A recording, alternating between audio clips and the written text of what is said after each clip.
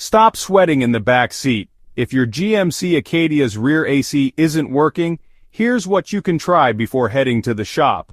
First, check the rear AC controls.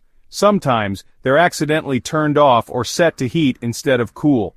Make sure the fan is on and the temperature is set to cold. Next, look at the front AC panel. Some models need the main AC to be on for the rear to work.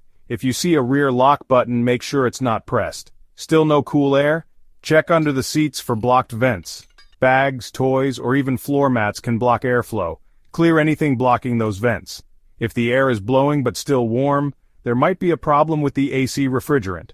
Low refrigerant means the system can't cool air properly. That's a job for a pro, so you'll need a mechanic for a recharge or leak check. Also listen for odd noises from the rear AC area.